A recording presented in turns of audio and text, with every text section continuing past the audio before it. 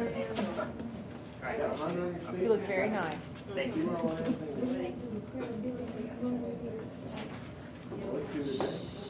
All right. Nearly 21.3 million U.S. workers will be directly affected by raising the minimum wage to $10.10 by July 2015, which Obama is currently working on. Would you believe me if I told you that raising minimum wage isn't the solution? I know it's kind of hard to believe because so many people, you have single mothers, you know, individuals in their family, they make $7.25 in Arkansas. And $10 would be great for them because they won't have to work 3 jobs anymore. They could possibly stop working 2 jobs and they will create more jobs for the unemployed. I have studied the effects of minimum wage for 5 years. It's a topic that I like to talk about. At first I was doing my research. I came across some pretty interesting things. Today I'm going to talk to you about the impact of raising minimum wage. First we'll talk about the impact, next we'll talk about inflation, and last we'll talk about a possible solution. So would you believe me if I told you raising minimum wage isn't the solution? A lot of people talked about it, like I just said a few minutes ago, about the families and everything that struggle. It sounds fair, $10.10 sounds fair, but in return it will come with a price. Americans who work multiple jobs could be reduced to 1, creating more jobs for unemployed, like I stated at first. And did you know that 27 million Americans lack even the basic skills needed to fill out a job application? To me, that's really scary. They came from the Employment Policies Institute, and 6.6 of those are African American and Hispanics. That number could double because are you willing to pay someone $10 or $15 based off the state? Are you willing to pay them who's uneducated, you know, they can't really fill out the application? Are you willing to give them $15 to work? Probably not. So they can increase from 6% to 12%.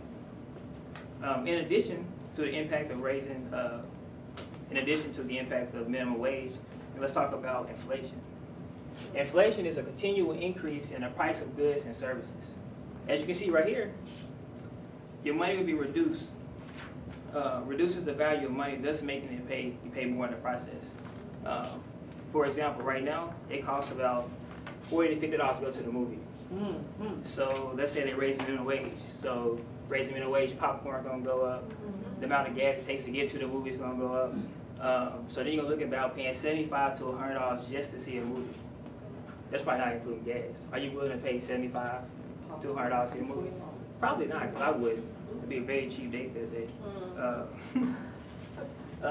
Due to inflation, savings account will have like a negative impact. How many of you guys like saving money? We all like saving money. It's kind of hard, you know, if you make minimum wage or whatever wage, just trying to squeeze out that dollar. It shows that they raised minimum wage in Arkansas to $10.10. It's like a 5% increase in inflation rate. And at most banks, you get 2% interest back in your savings account. So you get 2% back in your savings account, and it's a 5% increase. You're losing 3% of your money, so what's the point of saving money? That's one thing that people don't know about if we raise minimum wage. Finally, after explaining the inflation, we're going to talk about a possible solution, a tax credit. Based off the American Action Forum.org, they said a tax credit is probably the safest and most effective way in going about helping our fellow Americans in minimum wage. Right now, Obama has it to where if you're a family, you have no kids, right now you get like $500 back. That's without the price of minimum wage going up. If you have 1 child, it's increased to $2,800. And if minimum wage doesn't occur, it's still the same. If you have 2 children, it's $4,700. If they don't increase minimum wage, it's going to be $4,700 also. Well, if you have 3+ children, it's going to be $4,700. On top of that, it's going to increase to $5,300. Everybody would like to have that, but they can't increase minimum wage for that to occur. On top of that, you also receive another $600 in household income increase based off the annual income together if they don't increase minimum wage. So that's based off the Earned Income Tax Credit, which I think is probably the safest way. Let's see. So we talked about the impact of raising the minimum wage.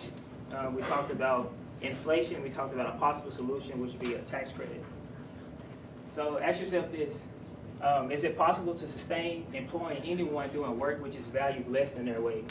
If so, either increase minimum wage to a living wage where families won't have to work 1, 2, and 3 jobs and not allowed to go out there and spend time with their family and friends, or just raise the earned income tax credit for single parents or families so they could enjoy some of that tax money they get out.